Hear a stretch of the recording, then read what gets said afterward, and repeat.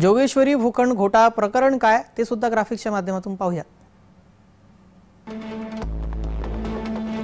जोगेश्वरीमध्ये 13,000 चौरस मीटर भूखंड मनोरंजन मैदान, रुग्णालय आणि रस्त्यांसाठी आरक्षित आहे। संबंधित भूखंड मालकाने खरेदी सूचना बजावल्यानंतरही पालिकेकडून मुदतीत भूखंड खरेदी करण्यात आला नाही।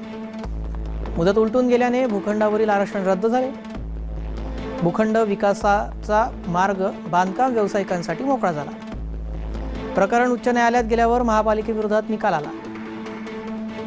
सर्वोच्च न्यायालयामध्ये आव्हान देण्यासंबंधी तत्कालीन पालिका आयुक्त अजय मेहतांना लेखी आदेश देण्यात आले। नियोजन विभागामध्ये फाईल असताना तत्कालीन आयुक्तांच्या शेऱ्यात खाडाखोड करण्यात आली। प्रकरण सर्वोच्च न्यायालयात जाऊ नये असा बदल झाला। फाईलवरील शेऱ्यातील फेरफार प्रकरणी पालिकेकडून आझाद मैदान पोलीस ठाण्यात तक्रार दाखल झाली।